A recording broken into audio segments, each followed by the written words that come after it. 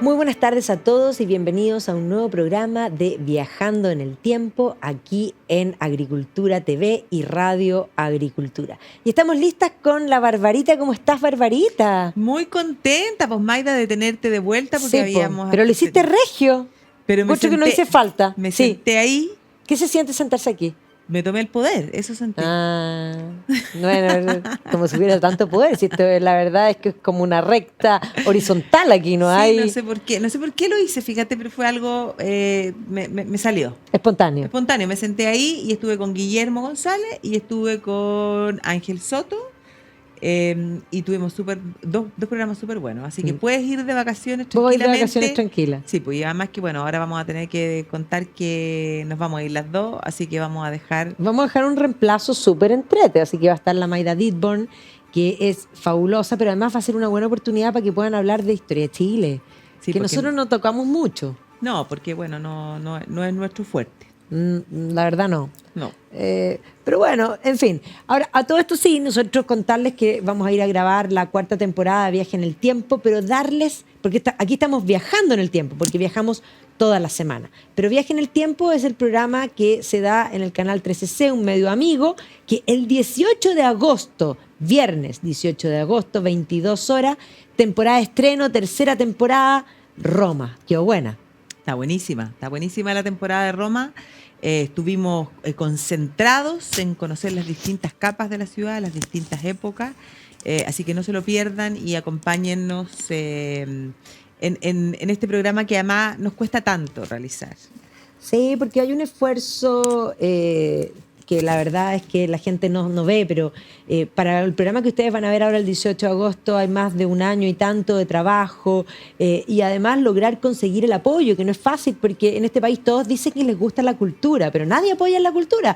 ¿Cuántos auspiciadores tenemos en este programa? A ver, vamos cayendo. ¿Cuántos de ustedes que están viendo el programa les gusta? Bueno, cuando uno dice me gusta algo, debieran intentar apoyar para que esto se pueda mantener porque las cosas definitivamente sí tienen un costo y grabar en televisión barato no es. No, así que no es solamente nuestro trabajo, que nosotros nos podemos donar y nos donamos infinitamente, pero más allá de eso hay ciertos costos involucrados. Pero bueno, de recomendarles que el 18 de agosto, viernes, 22 horas, sintonicen el 13C y vamos a estar también aquí todos los domingos hablando de las distintas cosas y también contarles que pronto, y el que quiera, si no quiere apoyar con auspicio, puede irse de viaje con nosotros, pues. Sí, pues porque nos vamos a ir de viaje en septiembre, el 25 de septiembre partimos a un viaje por el sur de Inglaterra, que vamos a terminar como de manera civilizada algunos días en Londres. Vamos a ver puras maravillas. Maravilla. Así que además va a estar vinculado con la historia. Pensemos que la historia de Inglaterra surge desde el reino de Wessex. Vamos a estar en el corazón del reino de Wessex, en Winchester, en Salisbury, en Stonehenge. Pero también vamos a ir hacia la zona de Cornwall y hacia la zona de Kent por el otro lado. O sea, vamos a recorrer toda la parte sur de la isla, que la verdad es que es bello. Bellísimo. Pero hoy día vamos a viajar hacia otro lugar. Nos vamos a ir al finales del siglo XIX, a los cambios que se dan en el marco de la segunda fase de la revolución industrial, al mundo de la electricidad, a la llamada guerra de las corrientes. Nos vamos a ir a la guerra de las corrientes. Y la verdad es que contarles que nosotros con la Maida nos damos el gusto, desde el año pasado, de hacer un curso que hacemos. ¿Y anterior? ¿Sí? Sí, pues hicimos ilustración.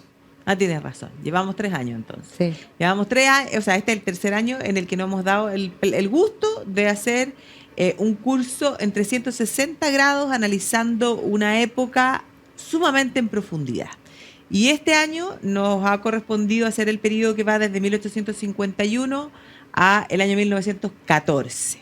Y hemos ido analizando primero por países, la cosa política, y bueno, ahora empezamos a entrar ¿ya? En los cambios, podríamos decir, en términos científicos, los grandes inventos, analizamos la figura de Darwin, lo que significa toda la teoría de la evolución, y bueno, y entre medio de todo eso llegamos a este tema que es la guerra de las corrientes, en el fondo esta competición, esta competencia que fue tecnológica, que fue económica y que fue protagonizada por dos grandes científicos, como son Tomás Alva Edison y Nikola Tesla, que tuvieron además involucrado a grandes empresarios de aquel momento. Westinghouse también. Por una parte, claro, a Tesla lo va a apoyar Westinghouse, Edison va a terminar JP creando, Morgan. claro, y va a terminar creando lo que es la General Electric y va a tener el apoyo efectivamente de JP Morgan, y entre medio van a aparecer personajes muy cercanos a Edison, como por ejemplo es Henry Ford.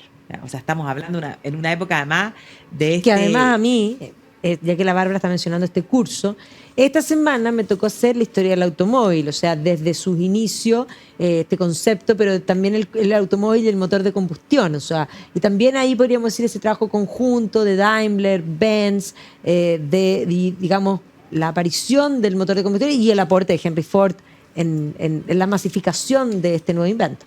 Exactamente. Entonces es una época súper entretenida, Muy. donde pasan muchas cosas, que tiene que ver precisamente también con la época de este despegue de Estados Unidos.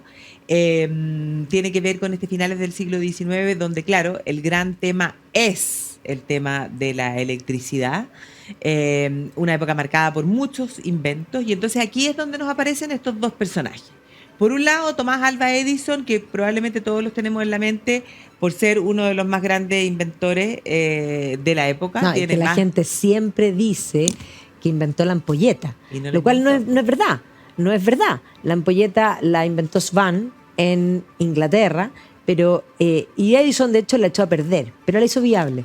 Entonces los inventos muchas veces las personas piensan, todos los inventos cuando uno los piensa hay muchas personas involucradas, pero hay uno que hace una innovación que permite, que es una innovación creativa, que permite que ese producto sea viable. Entonces, la innovación y la creatividad, porque la creatividad, las ideas y la creatividad no son lo mismo. Yo siempre hago esta distinción cuando hago los temas de educación imaginativa, porque la gente piensa que alguien que tiene muchas ideas es muy creativo. No, eso es yo llamo ideativo. El creativo baja las ideas y las hace viables y a su vez valoradas por el mercado. Y por eso Edison es tan importante en relación a la ampolleta. Claro, pues, y Edison, hay que pensar que Edison tenía un poco ese espíritu. Él tiene más de mil de inventos patentados a su nombre, partiendo por ahí. Hizo también más de 1000 ensayos antes de, efectivamente, como tú dices, echar a perder esa ampolleta, pero hacerla viable. Y eso lo logró por medio del cambio que hizo en los filamentos, ¿ya? Que permitieron que la ampolleta, finalmente esa luz incandescente, lograra. Lo primero que logró Edison fue que permaneciera prendida por 48 horas. No, y lo otro que hizo fundamental es que la hizo rosca. Claro. Que no es menor, porque hoy día siempre pensamos en la ampolleta poniéndola. Pero ¿tú te imaginas lo que habría sido tener que llamar al servicio técnico para cambiar la ampolleta? No, es espantoso. O sea, esa innovación es extraordinaria. Que es tan simple, porque uno piensa que le puso en el fondo el concepto del hilo, claro. Porque uno llama hilo a eso, claro. Pero es un concepto que permitió que fuera factible para el hogar, digámoslo así. Claro, porque hasta antes de eso existían estas bombillas con luz incandescente, pero duraban muy poco tiempo. Sí. Había y me iluminaban mucho, además, y gastaban mucho. Claro, y había que prenderlas así casi como a mano. Entonces era una cosa que en realidad no era viable. Y entonces, claro, Edison va a ser conocido. Todo el mundo piensa como que el que inventó la ampolleta no es el que logra, en el fondo, hacerla viable. Pero pasa a la historia, sí. Por eso, y él en ese momento de hecho habría dicho, ahora mi luz es perfecta. Y entonces Edison tiene que haber sido un hombre con una personalidad, con una autoestima bastante elevada, porque bueno, va a ser un gran inventor, sí. Pero se va a enfrentar al personaje de Nikola Tesla, que ya va a ver si alcanzamos un poco a contar de sus biografías, pero, Claro, pero Tesla va a entrar a trabajar con él. Sí, claro, Tesla entra a trabajar con él. Tesla es un serbio que nace en el territorio de lo que hoy día es Croacia. Thomas Alva Edison nace en Ohio, en Estados Unidos. Pero la gran guerra, esto que hablamos de la guerra de las corrientes, Sí. tiene que ver con el hecho de el enfrentamiento y la defensa que ambos tienen, uno por lo que es la corriente continua, que es el caso de Edison, y Tesla, la corriente alterna. Y para poder un poco entenderlo, la física no es lo nuestro, ya, o sea, no lo vamos a poder explicar de manera científica, pero un poco para comprender, la corriente continua es la corriente que tienen hoy día las pilas y las baterías, que es una corriente que puede, o sea, que funciona en un voltaje menor, o sea, 110, se puede subir, pero en general funciona en voltajes menores, pero tenía el gran problema de que era más cara de producir, sobre todo para los tendidos eléctricos. Para poder llegar, o sea, de un estado de Estados Unidos al otro con los tendidos eléctricos, se perdía ya parte de esa energía. Entonces resultaba ser más caro. Y entonces Tesla es, por el contrario, el que va a defender la corriente alterna, que es la que funciona con voltajes más altos, de 200 para arriba, y que puede llegar hasta 400, que es más barata de poder transmitir, pero que, claro, era más peligrosa, ¿ya? Porque efectivamente un accidente a 220 no lo contáis, ¿ya? Y entonces viene esta guerra donde cada uno de los dos defienden su postura. Finalmente, si uno piensa, hoy día la que ha primado es la corriente alterna, o sea, la que llega a los enchufes de nuestra casa es la alterna, pero un poco la historia hizo que Nikola Tesla pasara un poquito al olvido, ¿ya? Y ahora en el último tiempo ha venido como una especie de reivindicación de su figura. No, y además, por el tema cuando Elon Musk llama a su empresa de automóviles Tesla, catapulta a la figura de un modo que hoy día es prácticamente de culto. Exactamente, pero en el momento, claro, en el momento que funda esta empresa de autos eléctricos, es como que, claro, como que muchos tuvieron que empezar a decir, bueno, ¿y quién es Tesla? ¿Por qué Tesla? ¿Ah? Pero mira, a mí estudiando esto me llevó a darme cuenta incluso, porque esto si uno lo piensa en las siglas en inglés, es AC/DC, o sea, la corriente alterna. Uno de mis grupos queridos. Claro, exactamente. Sí, uno de tus grupos queridos, ese que cantaba con los pantalones cortos. Black in Black. Claro, y que entre medio era con un rayo. Sí, era la corriente. Claro, la corriente. Entonces, porque marcó un momento súper importante a finales del siglo XIX, ¿no? Donde llegaron además a utilizar, sobre todo Edison, campañas de publicidad un poco para desacreditar. Sí, pues va a ser una guerra bastante cochina en ese sentido. Va a ser una guerra bastante cochina, que parte 1890, más o menos 1880 empiezan los grandes conflictos. Y claro que aquí, como se dan cuenta de que esto era un gran negocio, lograr electrificar Estados Unidos, después vender las patentes de lo que esto era, Inglaterra, incluso Japón, bueno, era un gran negocio y entonces entran los grandes empresarios, como decíamos, por un lado JP Morgan y por otro lado Westinghouse, ¿ya? Y entonces esta cosa se transforma en un capítulo importante de ese momento. Y entonces un poco contar quiénes son, pues, para ver cómo y en qué momento se encuentran en este enfrentamiento. Entonces, Alva Edison, como te decía, nace en Ohio, nace a mediados del siglo XIX, va a ir al colegio, pero no va a tener una educación formal durante largo tiempo, porque en el colegio van a considerar que en realidad era un niño, existe un informe que dice un niño que era bastante estéril en sus conocimientos. Bueno, para que vean que los colegios se equivocan, pero además una cosa importante, es un periodo donde todos los colegios todavía no son endémicos ni obligatorios. Por lo tanto, hay colegios, pero la gente en general no tenía escolaridad completa, ni mucho menos, y mucha gente no iba nunca al colegio, pero podía ir a la universidad porque lo que más primaba era el concepto de autoeducación todavía. La mayoría de las leyes de instrucción primaria son de 1870 en adelante. Por lo tanto, si estamos hablando que ellos ya en el 80 están en la guerra, es justamente el periodo, es justo la generación anterior a las leyes de instrucción primaria. Claro, pero los padres lo quieren que vaya al colegio. No dura mucho tiempo y entonces ahí va a ser la mamá. que la mamá era antigua profesora de colegio, la Que que lo va a educar. le va a enseñar a leer. El padre, además, le va a enseñar un poco como el gusto por el dinero, por lo que puede generar que te ofrezcan dinero. Porque el padre le decía, por cada libro que termines de leerte te ofrezco 10 céntimos. Y entonces se transforma, primero que nada, en un gran lector. Y piensa tú que tenía dentro de las obras favoritas, ¿ah? De las cosas que más leía, bueno, por una parte leía Dickens, leía Shakespeare, pero uno de sus libros favoritos era La caída del Imperio Romano de Gibbon. Imagínate. The Rise and Fall of the Roman Empire. Es que pasa que se puso muy de moda. De hecho, Dickens, en una de sus obras, déjame acordarme exactamente, yo te diría que es en Our Mutual Friend, que es una de las últimas obras de Dickens. Él pone un personaje, porque estaba súper de moda, The Rise and Fall of the Roman Empire. Se pone un personaje muy digamos, un personaje de la calle que de pronto recibe una herencia, pero poco fino, poco elegante, qué sé yo. Y como toda la gente leía esto, él contrata a una persona, porque no sabía leer, para que le lea esta obra. Y es divertido porque lo que él describe es que estaba un hombre leyéndole esto, y este hombre, que no era un hombre cultivado, dormía. Así como que cabeceaba. Genial, porque es como esa idea de la gente snob que quiere leer lo que los otros leen, aunque no lo entienda. Claro, que no lo entienda y aunque te cause una lata horrorosa. Pero eso, o sea, el sacrificio, esa idea de la autotortura, podríamos decir. Claro, exactamente. Bueno, era un gran lector.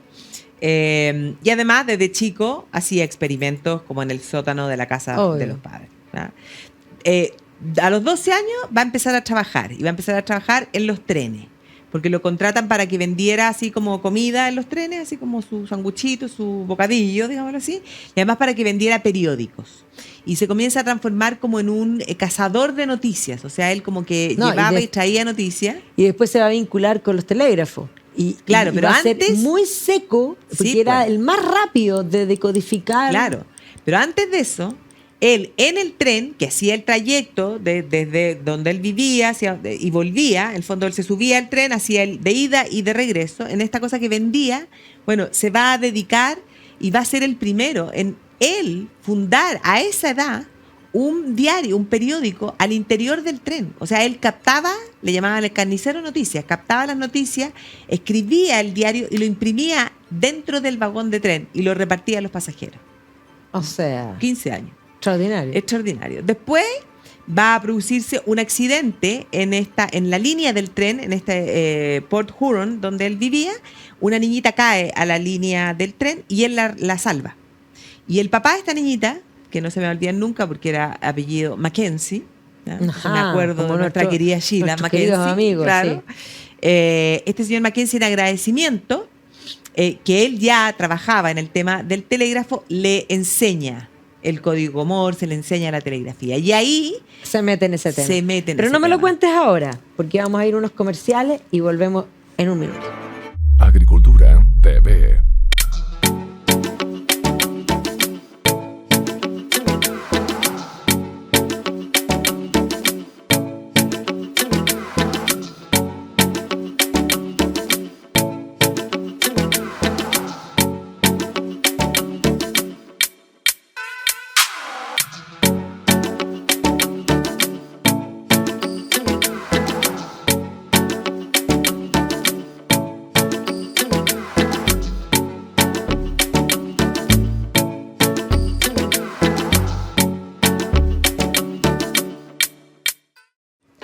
Y estamos de vuelta aquí en Viajando en el Tiempo y estamos hablando precisamente de una de las figuras claves de la creatividad, la innovación, probablemente el rey de las patentes, Thomas Alva Edison. Habíamos hablado de su inicio, de su no estudio, porque no va a terminar el colegio, una cosa que deja claro que no necesariamente el éxito requiere haber pasado por el colegio, que va a iniciarse en los ferrocarriles, en la casa de noticias y posteriormente en el mundo de los telégrafos.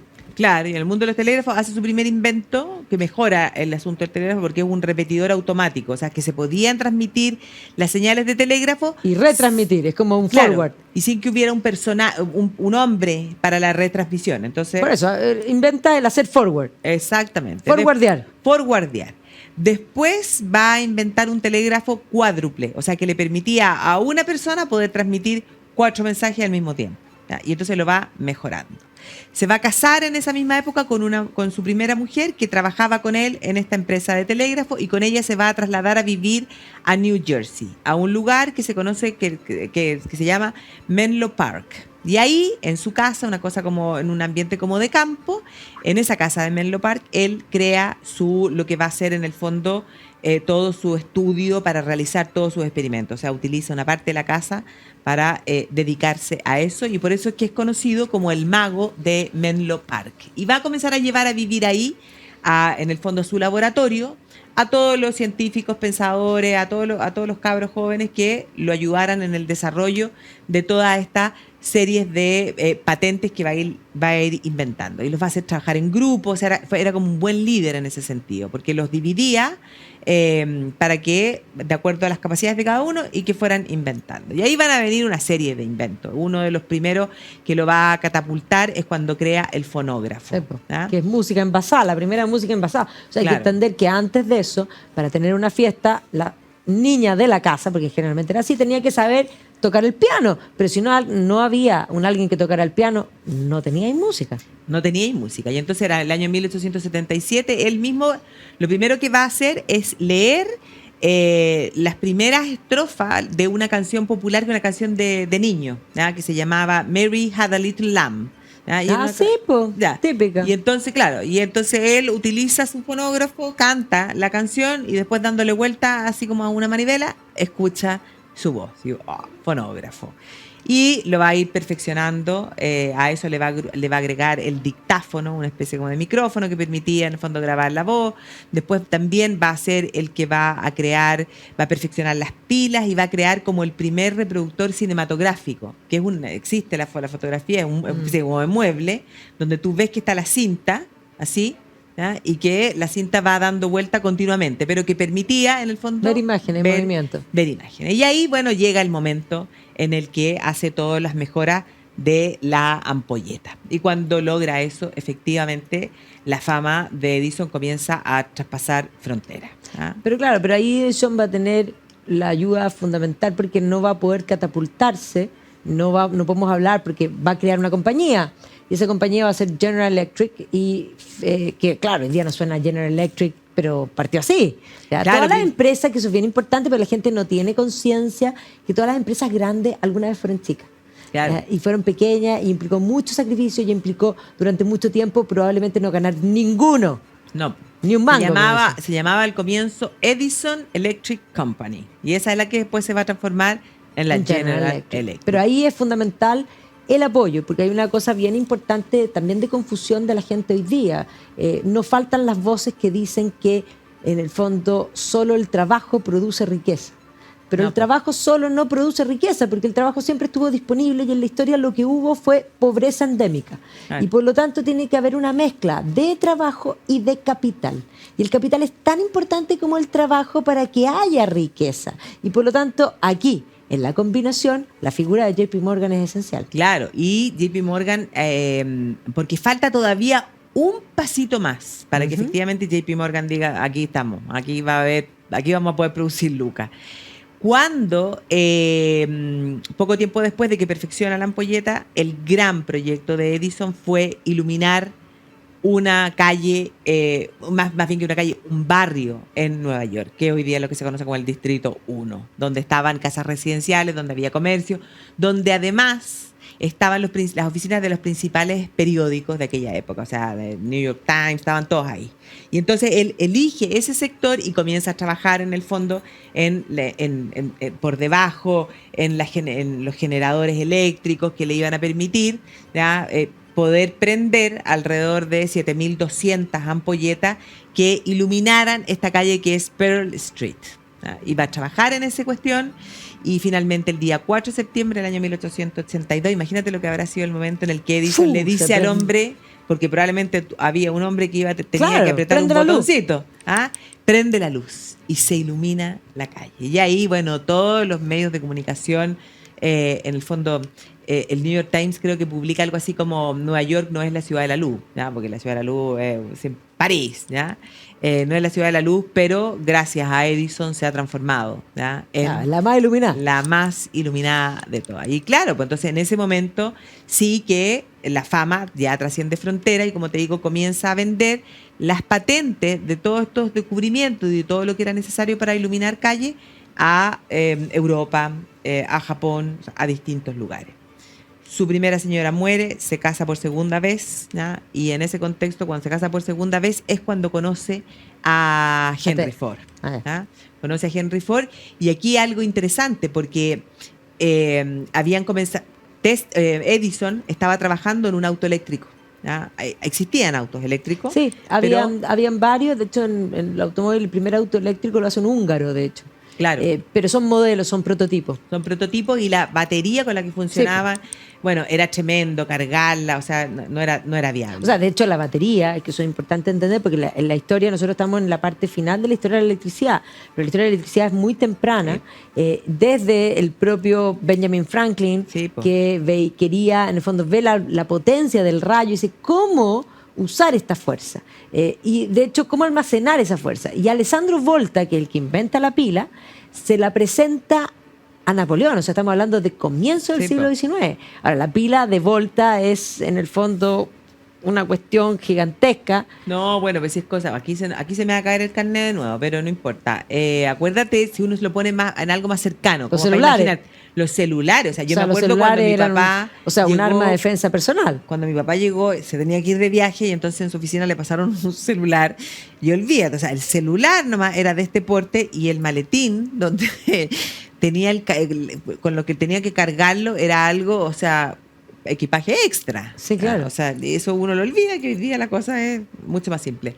Pero claro, en ese momento Edison lo que hace es inventar una batería que era de hierro y níquel, que era menos peligrosa que la otra, se cargaba más rápido, y entonces eso hacía como más viable un auto a batería. El problema en ese momento, ¿cachai? Que son adelantados a su tiempo, es que esa batería generaba hidrógeno verde. Y en ese momento no tenían idea, pensaban que eso podía ser hasta peligroso. Piensa hoy día en lo que estamos en la actualidad, donde el hidrógeno verde supuestamente es la energía limpia que nos va a permitir parar el cambio climático, resolver gran parte de los problemas de la humanidad. Pero en ese momento no sabían qué hacer con ese hidrógeno verde. Así que finalmente no fue válido. Y ahí entonces se hace famoso, tiene el apoyo de JP Morgan, y comienza a transformarse en un hombre bastante millonario.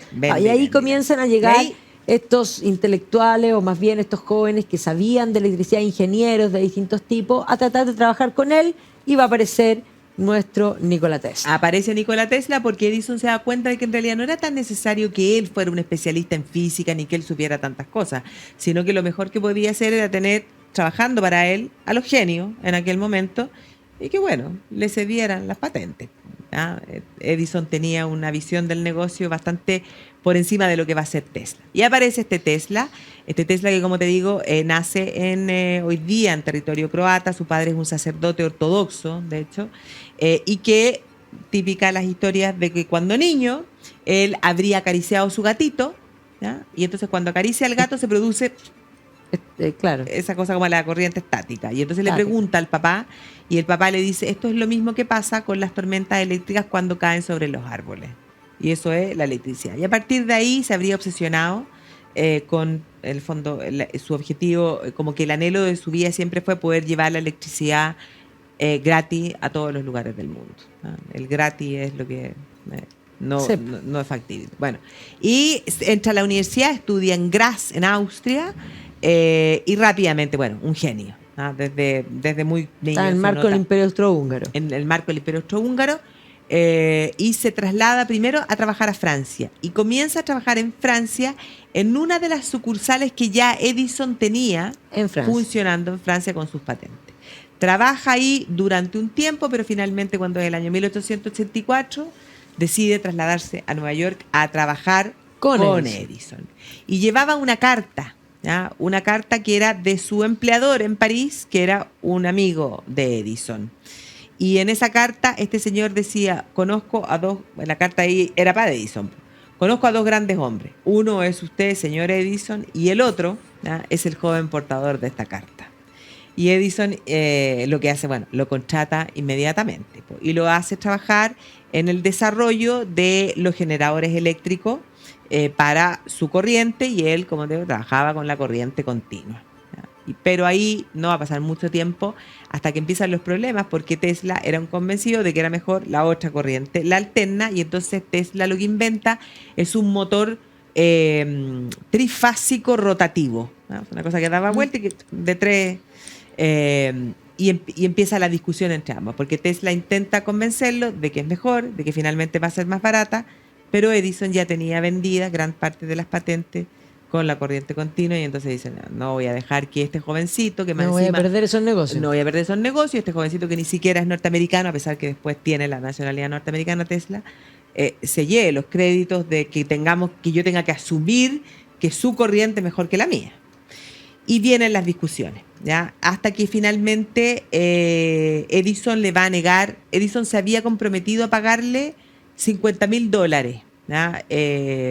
Por su trabajo, por sus descubrimientos. Y entonces cuando llega el momento, Tesla le cobra los $50,000. Y entonces ahí Edison le habría dicho, cuando llegues a ser un norteamericano cabal, vas a estar en condiciones de apreciar una buena broma que te hace un gringo, como diciéndole, ¿cómo pensaste que te iba a pagar $50,000 a ti que no eres nadie? ¿Sabes? Y entonces ahí Tesla agarra sus monos Se va. y se va. Y se va e intenta crear su propia empresa, que es la Tesla Electric Light Company. Busca inversores. Pero no le va a ser tan fácil. Va a tener inversores al comienzo. Era bien bueno para hablar Tesla, para dar conferencias, así que iba por distintas partes presentando sus inventos, sus cuestiones, pero no le va muy bien. Los inversores finalmente lo dejan, y él incluso va a tener que trabajar como casi carpintero, cavando diques. Se dice que llegó a trabajar hasta por $2 al día. Pero no se da por vencido, trabaja, perseverante, forzado, para conseguir la plata para seguir desarrollando estos inventos. Y hace experimentos en él mismo, donde tú está la mano de Tesla, como una radiografía de la mano de Tesla que él mismo se saca, ¿ya?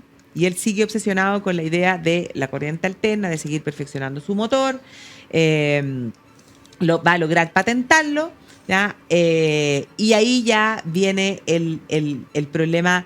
La guerra, el enfrentamiento se hace más difícil cuando ya se involucran 100% los empresarios. O sea, ya sabemos que a Edison lo apoyaba JP Morgan, pero aparece la figura de Westinghouse. Y Westinghouse se va a posicionar muy fuerte del lado de Tesla. Y entonces se comienzan a desarrollar y comienzan a demostrar que la energía de Tesla, la alterna, era mejor. Y entonces ahí es donde viene la campaña sucia, podríamos decir. Porque lo que va a hacer Edison, alarmado en el fondo, claro, frente a la tratar de posibilidad... mostrar de que esto atenta contra la integridad física y la salud de las personas, y un poco generar un alarmismo muy importante. Claro. Y entonces, porque efectivamente se van a producir accidentes de trabajadores que en los tendidos eléctricos, claro, se electrocutaban y morían. Y entonces Edison se aprovecha de eso para tratar de desacreditar a Tesla. Y ahí es donde entra en juego también Harold Brown, que había sido un empleado de Edison, que es el que comienza a trabajar en crear la silla eléctrica, ¿ya? Uh-huh. Y entonces empiezan a demostrar, primero parten por hacer como muestras frente al público, van a hacer hasta un pequeño cortometraje donde le van a aplicar corriente alterna a caballos, a elefantes, y efectivamente, pues con un shock mueren. Y entonces, pero eso lo pasaban hasta por los cines de Estados Unidos en ese momento, como para decir, esto es demasiado peligroso. Y entonces, como te digo, aparece este Harold Brown que comienza a trabajar en la silla eléctrica. Y entonces la idea era decir, bueno, la corriente de Tesla es la que efectivamente está matando seres humanos, porque la silla eléctrica funcionaba con esa corriente. Y entonces como que daba la sensación en ese momento que la campaña mediática, Tesla y Westinghouse la tenían perdida, ¿ya? Pero Tesla no se da por vencido, y él mismo va a hacer el experimento de que se va a exponer bien correctamente ataviado y protegido, con los zapatos correctos, con el traje correcto, y él mismo se va a exponer a su corriente y demuestra que no le pasa absolutamente nada. Claro, o sea, él va a tener el concepto del cable a tierra, que es lo que te permite poder botar la corriente, y eso es lo que pasa que si te da una corriente con goma, la goma es un cable a tierra, y en fin, o sea, si tú vas en un auto y te cae un rayo, los neumáticos son los que te salvan. Claro, claro. Entonces demuestra que tomando las medidas de precaución, bueno, la corriente alterna no era peligrosa. Y entonces van a comenzar a pasar los años y poco a poco la corriente alterna va a comenzar a imponerse. Y los grandes hitos de cuando se logra imponer es cuando se realiza la Feria Mundial de Chicago, porque se presentan los proyectos para iluminar la feria, Sí. tanto con la corriente continua como con la corriente alterna. Pero no me lo cuentes. No te lo Vamos a cuento. comerciales y volvemos. Agricultura TV.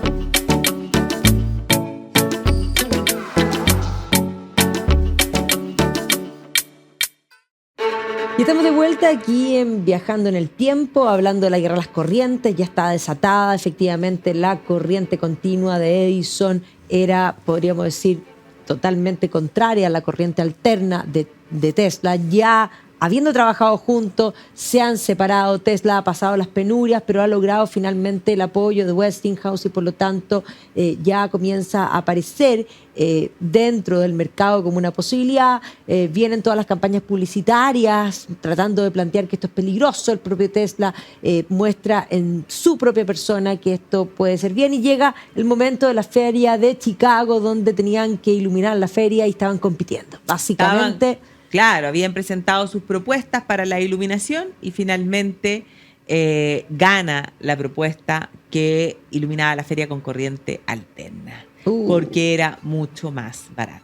Y entonces ahí, en el fondo, como que la corriente alterna de Tesla y de Westinghouse se va a catapultar. Y acudieron a esa feria, o sea, miles y miles de personas de todas partes del mundo, porque eran como, estas ferias eran como la antesala de lo que habían sido, o sea, lo que eran las exposiciones universales, básicamente. Exacto, como concepto, que además muestra el poderío y un poco es como esa oda a la ciencia que en rigor se ha levantado en reemplazo a Dios, y en este concepto podríamos decir que la guerra de la electricidad es ya catapultar o mostrar cómo el hombre se ha robado el rayo de Zeus.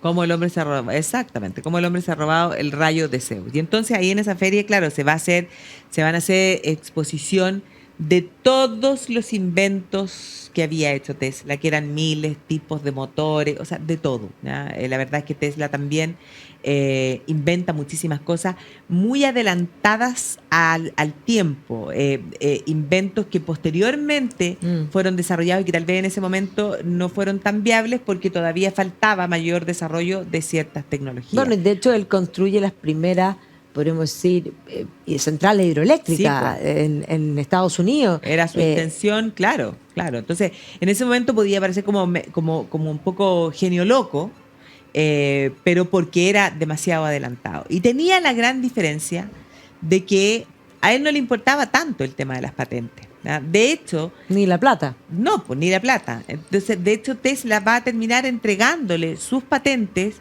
y el tema de la corriente alterna a Westinghouse. Y finalmente es Westinghouse el que se va a enriquecer, en el fondo, producto de todos estos inventos, y no él. O sea, él vive con escaso dinero, muchas veces empobrecido. Era un hombre, además, de una personalidad bastante extravagante, solitario. Curioso. No se casa nunca. Él mismo dice que ni siquiera no es que no se case, sino que jamás nunca en la vida tuvo una relación con ninguna mujer. Son hombres, los dos, son hombres tan de la época Porque Edison, por ejemplo, en un diario publica un artículo donde finalmente dice que el hombre, el ser humano, el hombre, en el fondo no tiene un alma espiritual, no tiene no tiene esa parte espiritual, sino que simplemente es uno más, ¿ya?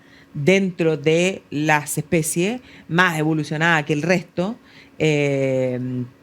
pero que en realidad esa cosa como espiritual no existe. Después, ponte tú, Tesla por su lado, muy en la onda de lo que ocurre con el darwinismo social, era partidario, o sea, era de los eugenics, ¿ya? Sí, O sea, claro. de los defensores de que era mejor. Todos eran. Todos, de que era mejor apoyar en el fondo o ayudar a mejorar la raza humana y entonces vamos eliminando a lo que nos sirve.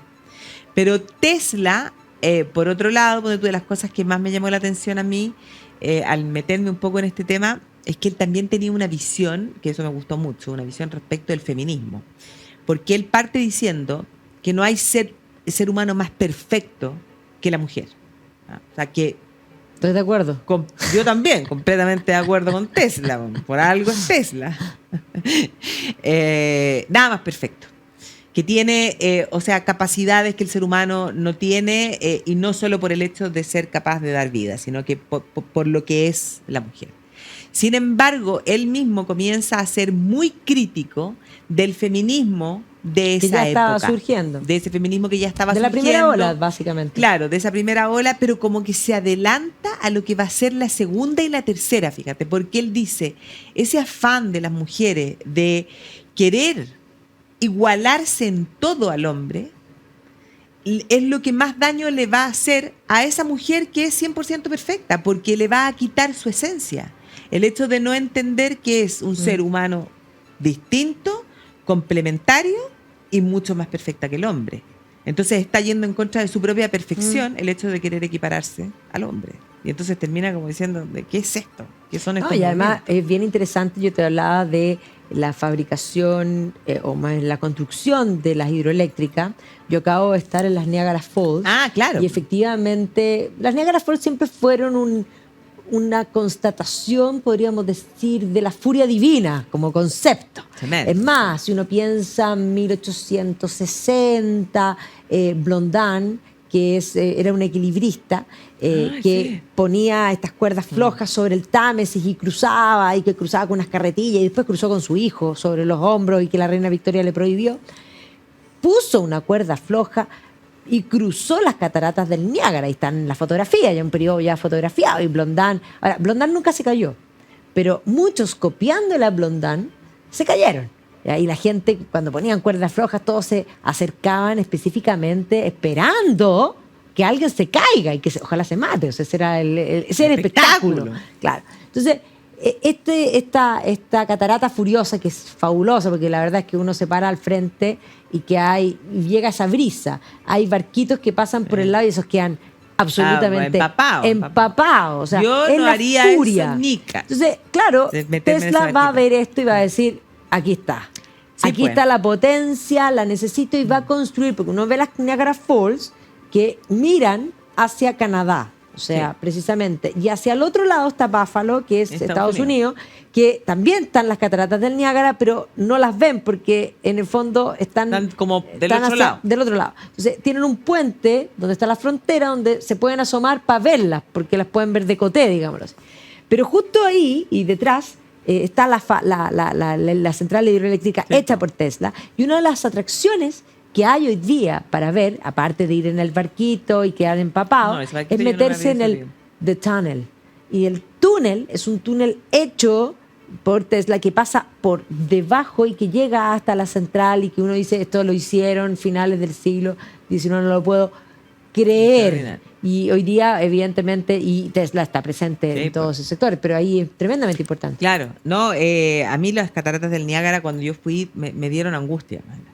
Así Sí, como, pues, es como la furia divina, por eso te digo, es como... ¡no se me vaya a esto caer que la tú decías, guagua! que Así. son tan de su tiempo y que ellos quieren ser Dios y en el fondo quieren controlar y dominar esa fuerza, sacarle no solo el rayo a Zeus, sino que el poder infinito. O sea, a mí Sí. se me aparecieron todas esas yo- todo, meditaciones. sí, a mí igual, pero no, yo estuve más bien angustiada de todos esos papás que llevaban a sus niños chicos aquí como arriba y así como asomándose para las fotos y decían, ¡ay, que no se vaya a caer esa guagua! Atro. Atro. No, espantoso. Bueno, efectivamente, pues eso pasó porque en esta feria de Chicago, bueno, ya de verdad que Se te queda... catapultó la alterna. Exactamente. Pero después de eso, a Tesla se le va a incendiar su laboratorio en Nueva York y se pierde parte importante de lo que él estaba trabajando, aunque se estima que en realidad no fue tanto porque Tesla no era muy de tener las cosas anotadas como en papeles, sino que más bien estaba Estaban todo acá. guardado aquí. Y entonces, a pesar de que se le incendia la cuestión, bueno, él sigue trabajando, ¿ya? Y no para. De hecho, es el primero en inventar una especie como de submarino que era control remoto, algo que en ese momento tampoco nadie lo entendió, pero El dron. claro, ¿ya? Pensemos. Y así ahí es cuando finalmente lo contratan de esta Niagara Falls Power Company para hacer todo esto que tú nos acabas de relatar. Y cuando eso pasa, o sea, claro, queda en evidencia que la corriente alterna había ganado un poco la batalla.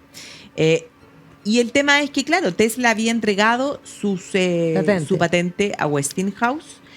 Finalmente, por el otro lado, bueno, Edison se transforma en un hombre millonario, en un hombre que siempre va a seguir trabajando y desarrollando una serie de otros inventos, pero también finalmente va a salir de lo que es la compañía de la General Electric, ¿ya? Él va a seguir en sus inventos, pero sale de la empresa y entonces cuando eso ocurre, bueno, la General Electric termina comprándole a la Westinghouse las patentes para poder usar la corriente alterna de Tesla. Y entonces uno puede decir que, claro, la batalla finalmente la gana Tesla, pero si uno piensa, Edison va a pasar a la historia Sí, po. como el padre de la electricidad, como el famoso. En la última época de su vida, Edison, bueno, se va a fotografiar con los personajes más importantes, como hablamos, ponte tú de Henry Ford, van a ser cercanos, en el fondo, a personajes cercanos y muy en este mundo científico. Se van a hacer miles de exposiciones donde se mostraban los inventos de Edison. Y queda como en el recuerdo, en el fondo, de que él es el padre de la electricidad. Y de hecho, producto de esa amistad con Henry Ford, es que Henry Ford va a hacer en Michigan, en el Museo Henry Ford, ¿ya? Va a hacer una reconstrucción de lo que era el Menlo Park, o sea, el laboratorio original que Edison tenía en New Jersey. Y Edison va a seguir trabajando. Edison va a, por ejemplo, a hacer el primer estudio cinematográfico, Sí, que se po. llamaba Black Maria, ¿ya? Que era una cuestión así como una construcción como de madera, ¿ya? Pero evidentemente que era la antesala de lo que después van a ser los grandes estudios de cine. Entonces, durante toda su vida va a seguir inventando haciendo cosas. una serie de inventos. Bueno, Yo creo que tenía déficit atencional bien canalizado, definitivamente. tiene que haber tenido, sí, probablemente. Hasta que finalmente, bueno, Edison muere en el año 1931. ¿Ah? Pero pasa la historia con esa idea de que, no sé, pues aquí, todas las ampolletas que están prendidas, en prácticamente todos los inventos, si piensas lo que primero fue el tocadisco, Sí. y de ahí la Pero ojo que el reproducción de fonógrafo música. tiene... Hay varios inventos que tienen doble invento. Si uno piensa el telégrafo, que también está unido a su historia, se inventa por una parte por Wheatstone y Cook en Inglaterra y por otro lado Morse, que va a crear un lenguaje. Morse, la historia de Morse es increíble porque Morse era pintor. Entonces, no pintor de brocha gorda, no, pintor, artista. Y estaba pintando en Europa y se está tratando de colocar en el mundo cuando se entera que su mujer murió. Pero él se enteró tarde. Porque claro, entre que se murió y que llegaron las noticias, no había cómo saber si las noticias llegaban con 3 meses de retardo. Entonces, él ahí obsesionado de que tiene que haber una forma de enterarse antes. y él trabaja en un lenguaje. Sin saber que hay otros que están trabajando, entonces ahí se unen. Entonces, efectivamente, ahí uno se da cuenta cómo estas historias son digamos, un complemento de muchas cosas. O sea, para llegar a Edison y Tesla, que es el final de esta historia, yo un poco te Tienen que haber planteé, muchos antes. claro, Benjamin Franklin, cómo tomar esta fuerza, Alessandro Faraday. Volta, cómo Claro. acumular la fuerza. Pero ya, por ejemplo, Galvani, y se habla, los primeros experimentos de la electricidad se llama el galvanismo.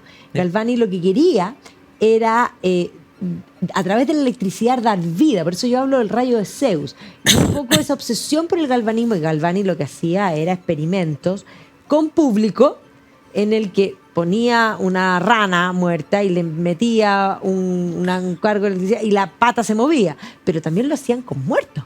Y los muertos se sentaban.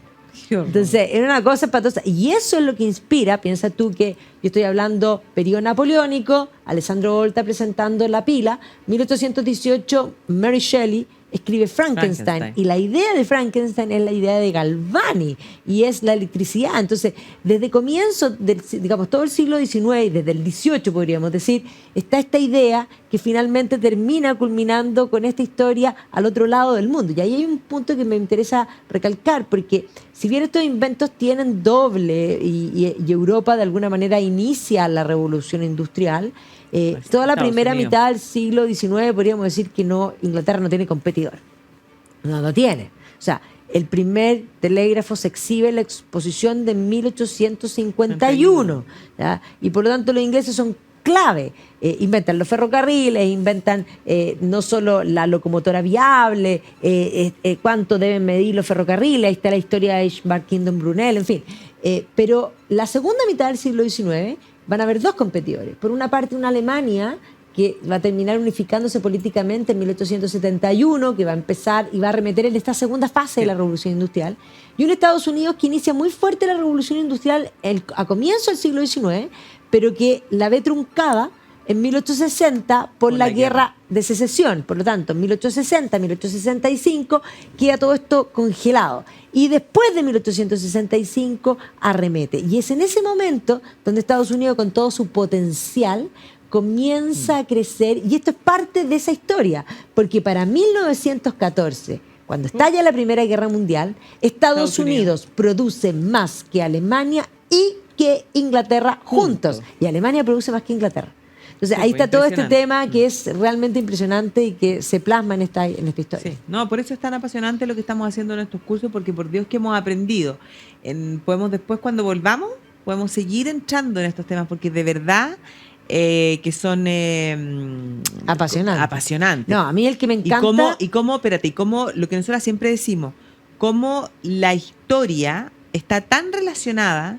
O sea, está todo interrelacionado, todo Sí. lo que tiene que ver con el ser humano, o sea, la literatura, la filosofía, la historia, los descubrimientos científicos, o sea, no se pueden tratar de entender sin analizar el contexto en lo que estaba ocurriendo en aquella época. Bueno, por eso nos encanta tanto hacer estos cursos que son anuales, que nos permiten comprender. Pero yo desafío para la vuelta, hay un personaje que a mí me obsesionó siempre, que he hecho las clases y que además su biografía se llama The Man Who Built the World. Y es un ingeniero que se llama Ishvan Kingdom Brunel. La gente no lo conoce, creador de la Great Western, construyó la estación de Paddington, la estación de Meadows en Bristol, el primer puente colgante, no les va a encantar. Extraordinario. Oye, pero bueno, para terminarles la historia de Tesla antes de que los últimos minutitos de programa. De todas maneras, vamos con ese Brunel. tema cuando estemos de vuelta, sí. Tesla finalmente muere solo. Sí. Eso fue bien terrible. Muere Edison en el 31, Tesla muere en el 43 y muere solo en una habitación de hotel en Nueva York. Tenía 86 años, muere al parecer de un infarto al miocardio. Y ahí, mirar los últimos años de su vida bien terrible, porque murió bastante empobrecido. De hecho, vivía en hoteles, o sea, no tenía ni siquiera casa. Se trasladaba de hoteles, dejaba así como las cuentas impagas. Y finalmente murió en la habitación número 3327 del Hotel New Yorker. Y hay una placa en ese hotel donde dice: aquí murió el gran Nikola Tesla. Pero al funeral, fíjate que asistieron bastantes personas, alrededor de 2.000 personas que lloraron en ese momento a este genio. Pero una vez que muere, el gobierno de Estados Unidos va a intervenir su habitación, van a tratar de requisar toda su documentación, a ver qué más había ahí, de esa mente brillante. Pero finalmente la familia de Tesla va a lograr, y apoyados en el fondo por el gobierno croata, serbio, en el fondo van a lograr recuperar todos esos documentos, y esos documentos son los que están hoy día en el museo que lleva su nombre en la ciudad de Belgrado. Mira tú. Vamos a tener que ir a Belgrado a ver todo esto. Me encuentro parece. yo. Me Y parece. ahí, en ese museo en Belgrado, está la urna funeraria con las cenizas de Tesla, que es una cosa que es como una pelotita así dorada, que está iluminada de una manera que como que... Con corriente alterna. Con corriente alterna. Pero claro, ahora es un personaje que se ha convertido en un famoso, que ha sido reivindicado, mucho más estudiado. Y nada, pues este programa encuentro que es un tributo a Por su supuesto. figura, y además que hemos tenido suerte porque nos hemos subido a unos Tesla nosotros. Sí, claro que no hemos subido a los Tesla. Pero además hoy día en Europa hay que decir que los Tesla ya se masificaron. Sí, pues, pero aquí los no. taxis po. son Texas. Pero son nosotros Tesla. un taxi, acuérdate Sí, que claro, fuimos sí, de... sí. Pero es que yo me ¿dónde había subido estábamos? antes en Canadá en el auto de un amigo, o sea, extraordinario. No, yo iPads on wheel, eso yo es. amigos con Tesla no tengo. Me subí a taxi Tesla en Milán, ¿fue? Sí, pues en Milán, exactamente. Extraordinario. Bueno, pero Barbarita, nos vamos hoy día. Gracias a ustedes por acompañarnos. Échennos de menos solo 2 semanas, pero va a estar la Maida Didborn, que va a hacer unos programas extraordinarios. Así que nosotros vamos y volvemos. Y no se olviden, 18 de agosto, Viajando en el Tiempo 13C. Y los que quieran viajar con nosotros, 25 de septiembre, sur de Inglaterra. Nos vemos. Cariño. Chao, chao.